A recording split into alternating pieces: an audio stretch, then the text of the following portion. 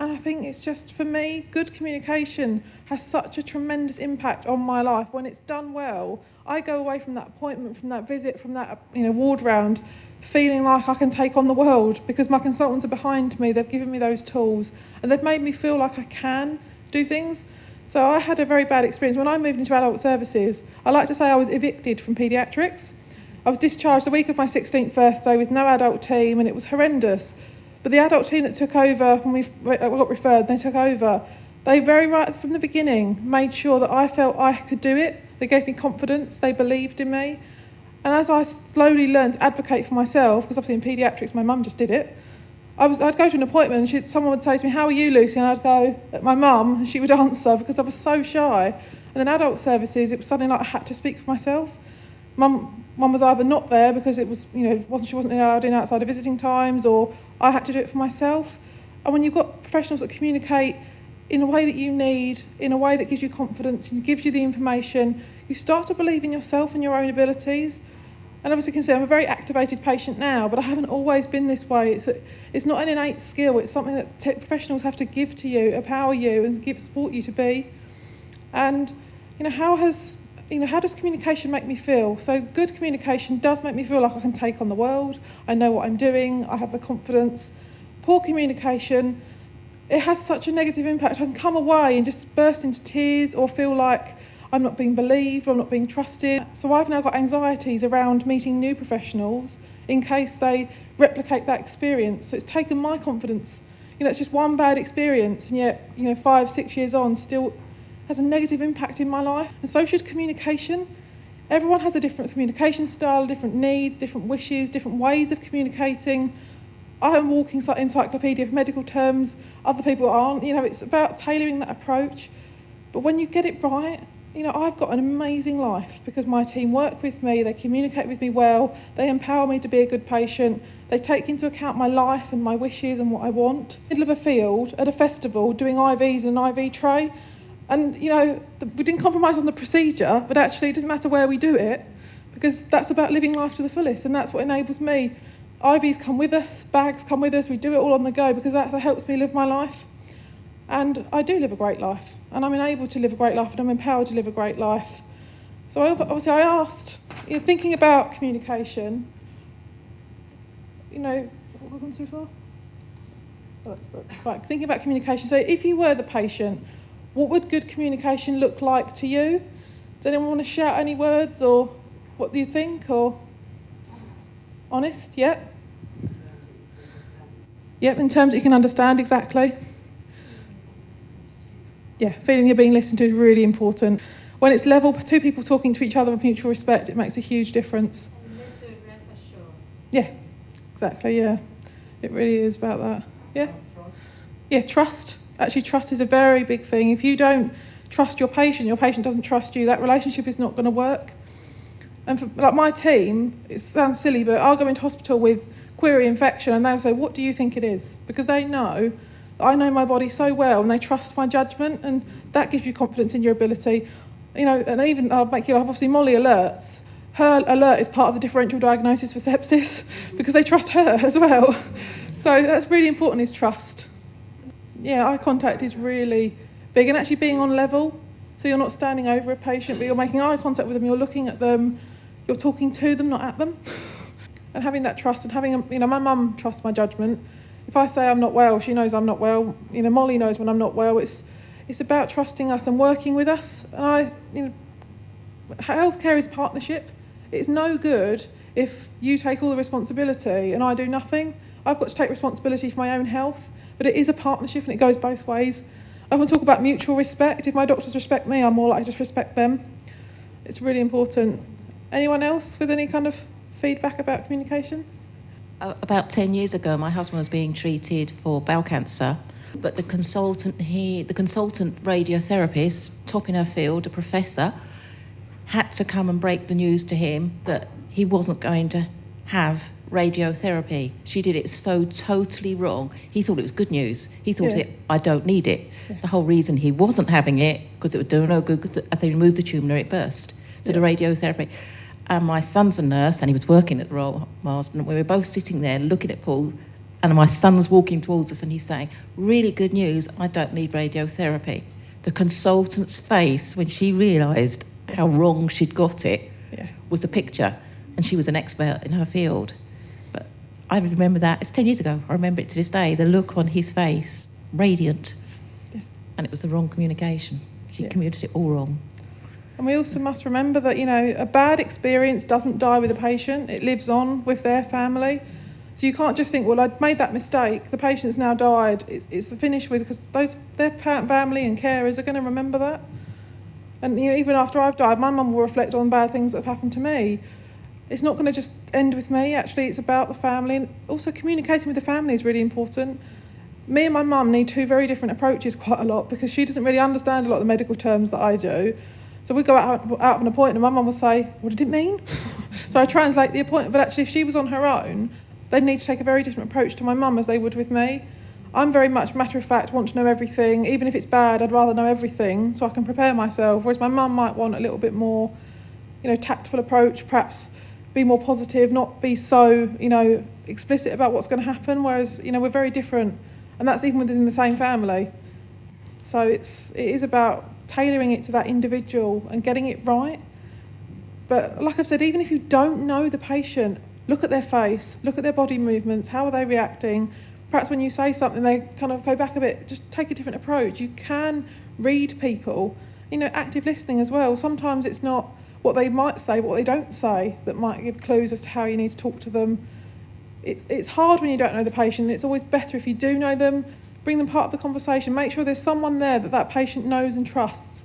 And I can talk to you all very matter-of-factly here, but when it's real life and it's talking about your care in that moment and what you do and don't want, it's very different. Hi, Lucy. I just think for us, we work in a nursing home, but it's for adults with learning disabilities and complex health needs, and the majority of ours are non-verbal, but even though they're non-verbal does not mean that they can't communicate.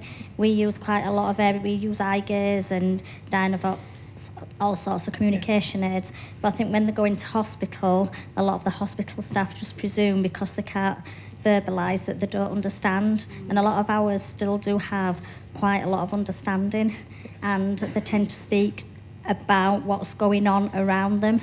They tend to speak, we always have a carer with them, they'll speak to the carer, and as you say, it's like that eye contact, and even though they might not be able to verbalise, it's still involving them in that conversation, and it's still talking to them rather than talking to the carer or the other nursing staff, and making sure that they are still involved in that conversation, because a lot of ours, as I say, even though they can't verbalise, they still do have some understanding, but it's also having them conversations at the level that they can understand as well.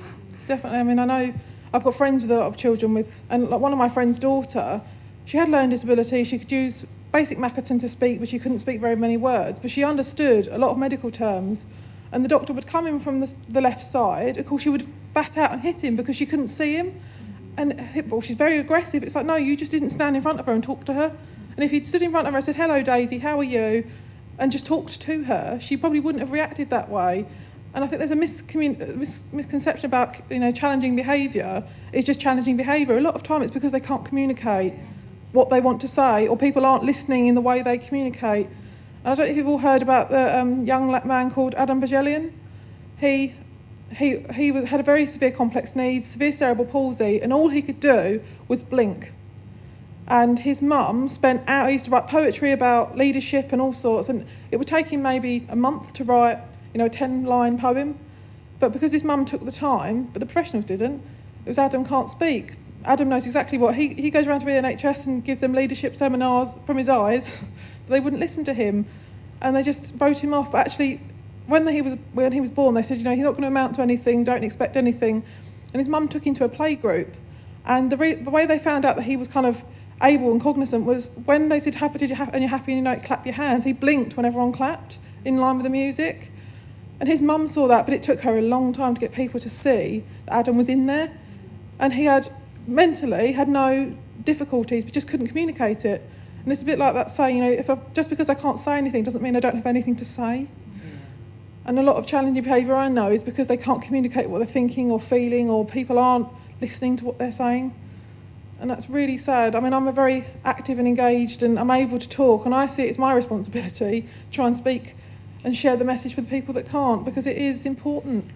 And in my end of life planning, I've often said, my palliative care consultant said, what's your limit in terms of your care? And I've said I could be completely paralysed, I could do anything, but if I couldn't communicate, that would be difficult. That doesn't matter if I used eye gaze or Macaton or whatever, as long as I could get my message out. But people would have to then come to my level and speak at my communication, and I think people don't take the time. I mean, we've done it at work. We've got a few ladies that have got Rett syndrome. Yes. And they can't. We had one in particular that we couldn't, she couldn't communicate. We didn't know her level of understanding. Yeah. She then did some work with our speech and language therapist, and she's one that has got an eye gaze. And since she's got an eye gaze, it's absolutely shocked us at how much she can actually, now that she can actually communicate, she can use the eye gaze to communicate. It has actually blown us away and made us sad in a way, because obviously she was there, she knew what we were saying, she was thinking, she just couldn't communicate that. But like now that she can, it's just absolutely amazing the stuff that she is actually like communicating over to us now, which previously, because she didn't have anything to assist her in her communication, we didn't know that she did have that level of understanding that she has got now. So it's great. About having proper assessments. Not they can't speak, they can't think, they can't hear. Using these different tools as part of that assessment. Cause a lot of the eye gaze, they start off with games, don't they? Because it's, can you pop the bubbles with your eyes? Because that just trains them into using it. But why isn't that part of the assessment process? Why aren't special schools and professionals saying, hang on a minute, they can't speak, but what tools can we use to communicate with them?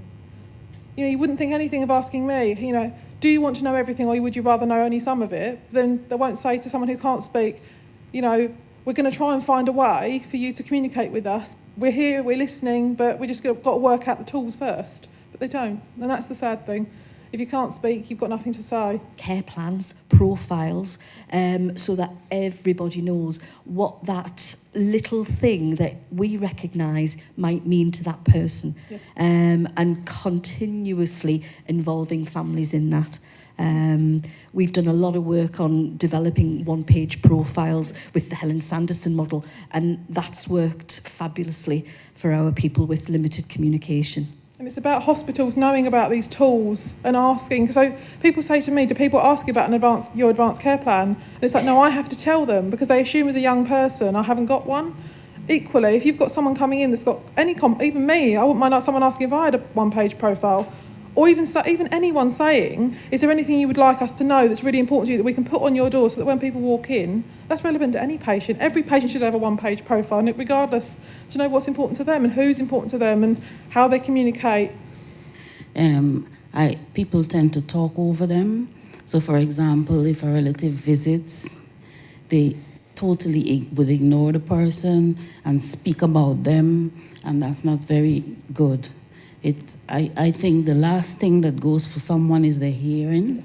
They can hear everything. Sometimes they're not able to speak, but it's heart-rending when you speak over someone. Even us in our ordinary lives, when people speak about us, how bad does it feel? Yeah. And when you get to that stage in life when you're no longer able to, defend yourself, and people speak about you in front of your relatives, whether it's good or bad, yeah. If you are aggressive, different issues about your care. I don't think that's good, and that's one thing I think we should, as caregivers, ensure and, educate people, about that during care. But a person with dementia might still be very able but need a minute once you've asked them a question. Don't ask them 10 questions in that minute while they think through their answer. It's about giving them time, sometimes just listening and letting them process, form their response. I mean, my mum, it's different to dementia, but my mum had a brain tumour 4 years ago and had a brain hemorrhage and a stroke afterwards. And for her initially, when she first learnt to talk, if you asked her a question and then didn't give her perhaps 30 seconds to answer, she couldn't formulate her response. And sometimes she couldn't get her words out. That didn't mean she didn't have it. It was here. She just couldn't say it here. But we had to give her that allowance and that time to make her answer, form it, think about it. But any person that doesn't know probably would have asked one question, waited about 3 seconds, said the next question, said the next question. Well, of course, they are going to be confused. And that's not because of the dementia. That's because you've literally bombarded them with hundreds of questions. even for me sometimes, I might take a little bit. If you've asked me a difficult question, I'm not going to just reel off an answer. I need time. It's about making that allowance. But even if I couldn't say this verbally, but I could, with my eyes communicate on a word board, I'd still want that autonomy. And it's about supporting people to have as much autonomy as possible, no matter how that is communicated, and no matter how much time that may take for them to make that answer. It's making allowance.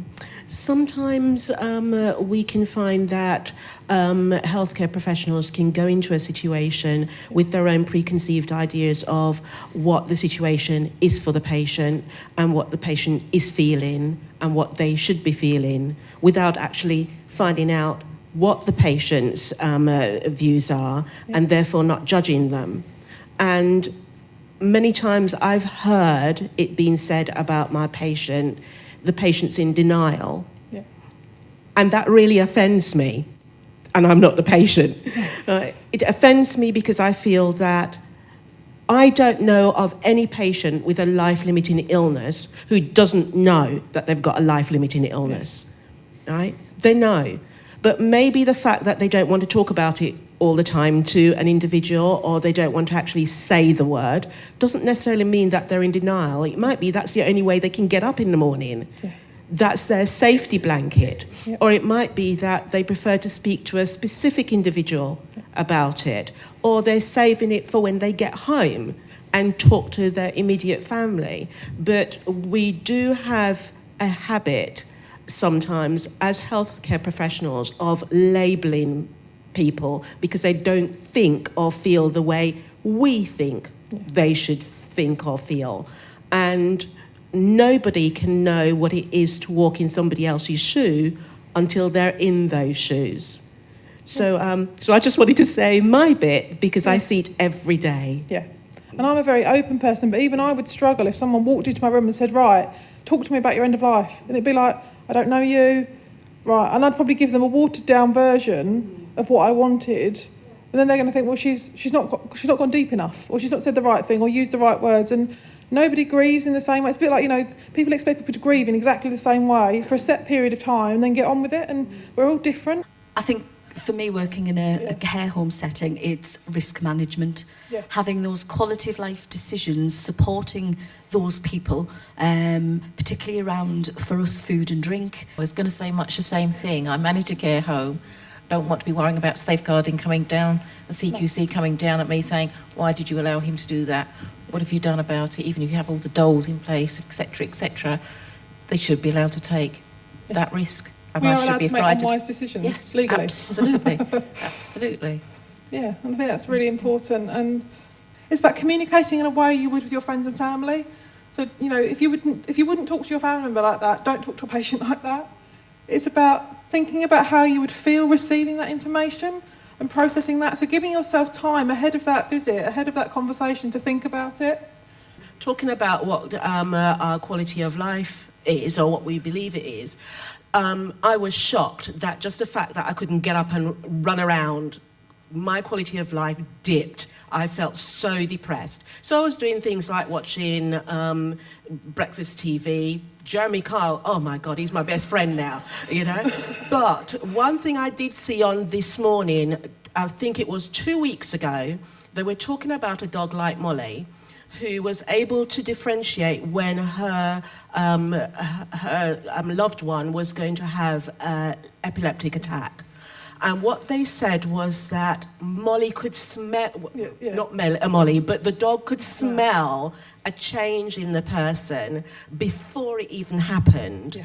And that doctors are now looking at that, and they've actually identified some people who can actually do that, because a lady was being interviewed who actually noticed a change in smell of her husband before he was diagnosed with Parkinson's.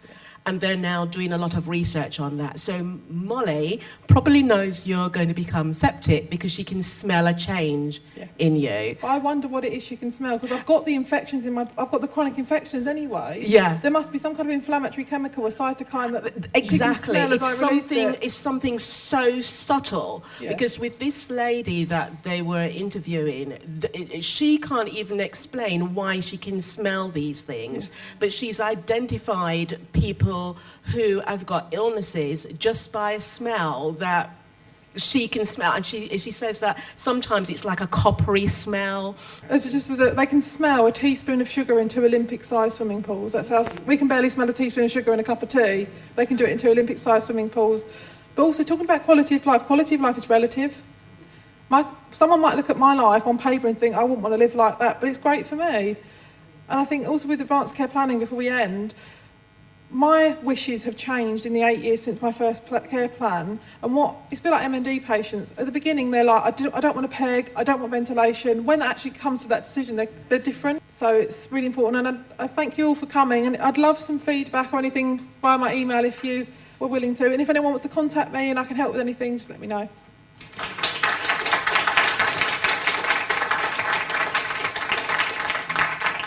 Approximately 10 to 4. Which one are you?